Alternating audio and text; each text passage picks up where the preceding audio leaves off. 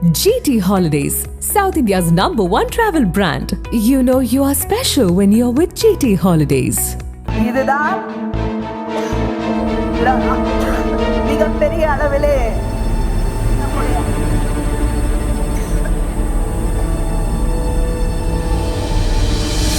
திமுகவின் மகளிர் அணி தலைவராகவும் துணை பொதுச் செயலாளராகவும் இருக்கும் கனிமொழி எம்பி 2026 சட்டமன்ற தேர்தலை முன்னிட்டு மகளிர் வாக்காளர்களை திரட்டும் நோக்கில் பல்வேறு மண்டல அளவிலான வெல்லும் தமிழ் பெண்கள் என்ற தலைப்பிலான மகளிர் மாநாடுகளை தலைமையேற்று நடத்தி வருகிறார். திமுக ஆட்சியின் மகளிர் உரிமை தொகை, புதுமை பெண், கட்டணமில்லா பேருந்து பயணம் உள்ளிட்ட திட்டங்களை பிரச்சாரம் செய்வதோடு பெண்களின் முன்னேற்றத்தை வலியுறுத்தும் முக்கிய நிகழ்வுகளாக அமைந்துள்ளன. மேற்கு மண்டல மகளிர் மாநாடு டிசம்பர் 21 அன்று திருப்பூர் மாவட்டம் பல்லடம் பகுதியில் நடைபெற்றது.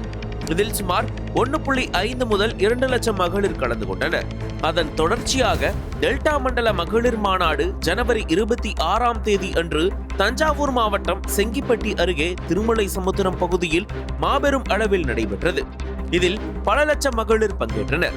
முதலமைச்சர் மு.க. ஸ்டாலின் முன்னிலை வகித்து சிறப்புரை ஆற்றினார். கனிமொழி தலைமை தாங்கினார்.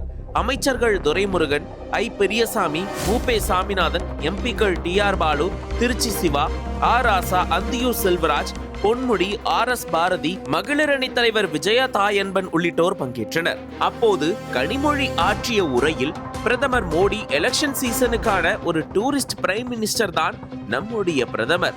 அதனால் அந்த டூரிஸ்ட் பிரைம் மினிஸ்டர் சமீபத்தில் தமிழகம் வந்து 45 நிமிடம் பேசினார். அந்த 45 நிமிடத்தில் பலமுறை முதலமைச்சருடைய பெயரை சொன்னார். திராவிட முன்னேற்ற கழகத்தின் பெயரை சொன்னார். பல எதிர்க்கட்சிகளின் பெயர்களை எல்லாம் சொன்னார். ஆனால் ஒரே ஒரு கட்சியின் பெயரை மட்டும் சொல்லவில்லை. அது அதிமுக. மேடையில் எடப்பாடி பழனிசாமி இருக்கிறார். 45 நிமிடம் பேசிய பிரதமர் அவருடைய கட்சியின் பெயரை சொல்லவே இல்லை. எங்களுக்கெல்லாம் என்ன கவலை என்றால், உங்கள் பெயர் சொல்லாத பெயராகவே போய்விடப் போகிறது. தயவு செய்து ஜாக்கிரதையாக இருங்கள். அப்படி ஒரு கட்சியின் பெயரையே நிராகரிக்கக்கூடிய இடத்தில் நீங்கள் கூட்டணி வைத்துக் கொண்டிருக்கிறீர்கள். தொடர்ந்து தமிழ்நாட்டிற்கு துரோகம் செய்து கொண்டிருக்கிறீர்கள். இப்போது உங்களை ஆளாக்கிய இயக்கத்திற்கும் கட்சிக்கும் துரோகம் செய்து கொண்டிருக்கிறீர்கள். பழனிசாமி அவர்களே, மக்கள் நிச்சயமாக பார்த்து கொண்டிருக்கிறார்கள். எந்த காலகட்டத்திலும் உங்களை மன்னிக்க மாட்டார்கள் என்பதை நீங்கள் புரிந்து கொள்ள வேண்டும் என பேசினார். மாநாட்டில் கனிமொழி எம்பி உரையாற்றிக் கொண்டிருந்த போது இருமல் ஏற்பட்டதால் சிறிது நேரம் பேச முடியாமல் நின்றார். இதனை பார்த்து பதறிய முதல்வர் ஸ்டாலின், தண்ணீர் கொடுங்கப்பா என்றார். அதன் பிறகு அவருக்கு தண்ணீர் கொடுக்கப்பட்டது. மீண்டும் உரையை தொடங்கிய கனிமொழி, மன்னிக்க வேண்டும். கடந்த 2-3 நாட்களாக உடல்நிலை சரியில்லை. இருந்தாலும் உங்களை பார்க்க வேண்டும் என்று அப்பா சொன்ன வழியில் அண்ணன் கூறியதால் இங்கேயே வந்திருக்கிறேன் என்று தெரிவித்தார். இது சிறிது நேரம் மாநாட்டில் பரபரப்பை ஏற்படுத்தினாலும் அதனை செட்டிலாக ஹேண்டில் செய்து பேச்சை நிறைவு செய்தார் மொழி. இதுதான்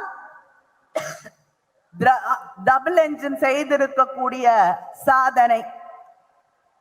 அதே போல இங்க வந்து 23ஆம் தேதி மிகப்பெரிய அளவிலே நம்முடைய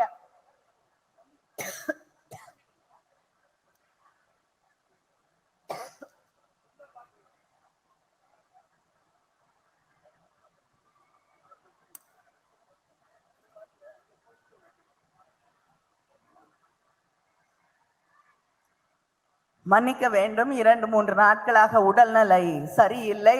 ஆனாலும் உங்களை பார்க்க வேண்டும் என்று எங்க அப்பா சொன்ன வழியில, அண்ணன் சொன்ன வழியிலே இங்கே நான் வந்திருக்கிறேன். அனல் பறக்கும் செய்திகளை அப்டேட் செய்து கொள்ள நக்கீரன் களத்தை இப்பவே சப்ஸ்கிரைப் பண்ணுங்க.